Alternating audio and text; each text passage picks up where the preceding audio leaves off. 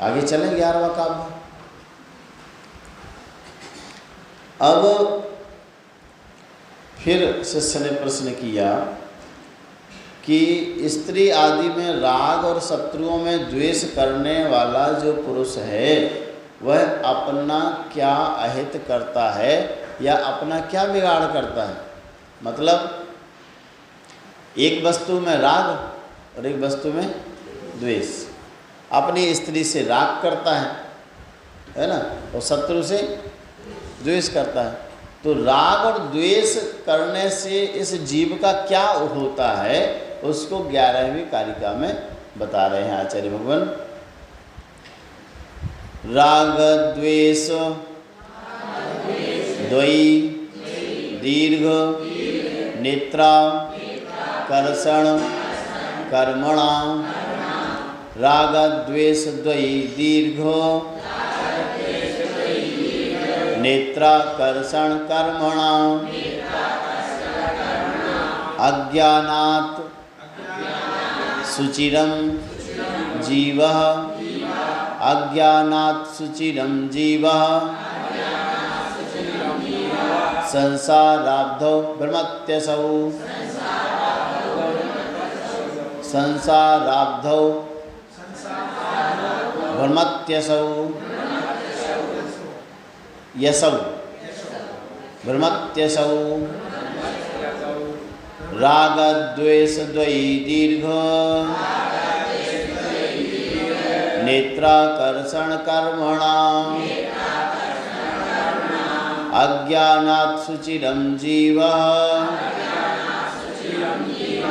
संसाराब्धौ भ्रमत्यसौ। राग द्वेष द्वयी दीर्घ नेत्रा कर्षण कर्मणा। अज्ञानात् शुचिरं जीवः संसाराब्धौ भ्रमत्यसौ। संसार में ये जीव किस प्रकार से घूमता है, तो पहले मथानी से दही मथा जाता था, आप सबने देखी होंगी। जिन्होंने नहीं देखी हैं तो अब आजकल तो YouTube का ज़माना है, सो देख लेना, ठीक है। एक घड़े में दही रखा रहता था और उसमें एक मथानी, लंबी मथानी, उस मथानी में रस्सी, अच्छी लंबी रस्सी रहती थी, यहाँ तक पूरा हाथ खुल जाता था, है ना, अच्छी। और उसका उदाहरण यहाँ दिया है कि संसार में जीव कैसे घूमता है। जैसे मथानी की रस्सी में 2 छोर हुआ करते हैं, एक छोर को छोड़ना पड़ता है, दोनों को नहीं पकड़ के रख सकते एक साथ। एक को छोड़ता है जीव और फिर एक को खींचता है, एक को छोड़ा एक को खींचा। एक से राग एक से द्वेष, एक से राग फिर इससे द्वेष, कभी इससे राग कभी इससे द्वेष, कभी इससे राग कभी इससे द्वेष, यही तो करता है। कभी इसने मेरे मन की बात कर दी सो उससे राग करने लग गया, इसने मेरे मन की बात नहीं की सो द्वेष करने लग गया। कभी वही जो जिससे हम द्वेष कर रहे थे उसने हमारे मन की बात कर दी सो उससे राग करने लग गया, और जिसने हमारे मन की बात नहीं की सो उससे द्वेष करने लग गया।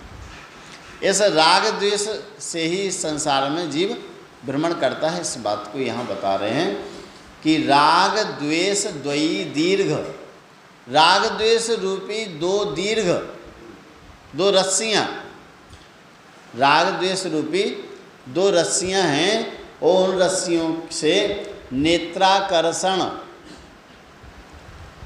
उनसे घुमाई गई मथानी, नेत्राकर्षण मथानी।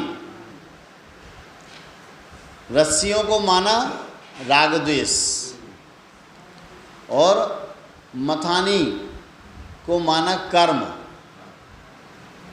कर्मणा, नेत्राकर्षण कर्मणा। नेत्राकर्षण अर्थात मथानी रूपी कर्मणा, कर्म से, और राग द्वेष रूपी 2 रस्सियाँ, 2 छोर। हाँ, रस्सियों के जो छोर हैं वे राग द्वेष हो गए, और मथानी जो है वो कर्म, ठीक है। अब राग द्वेष से कर्म को हम घुमाते हैं, राग द्वेष से तो कर्म बांधते हैं। राग द्वेष रूपी 2 छोरों से कर्म रूपी मथानी को घुमाया, तो कर्म रूपी मथानी को जब घुमाओगे तो क्या घुमा रहे हो? नीचे दही रखा है उसको मथ रहे हो। तुम क्या मथता है वहाँ? दही। और दही कैसा होता है? सफ़ेद स्वच्छ होता है। आत्मा कैसी होती है? सफ़ेद और स्वच्छ होती है। उस सफ़ेद स्वच्छ निर्मल आत्मा को राग द्वेष रूपी कर्म के माध्यम से आप घुमाते चले जा रहे हो, और वह मथानी के माध्यम से आत्मा उस घड़े में, संसार रूपी समुद्र में, घड़ा जो है वो क्या है? संसार रूपी समुद्र है, उसमें वह घूम रही है।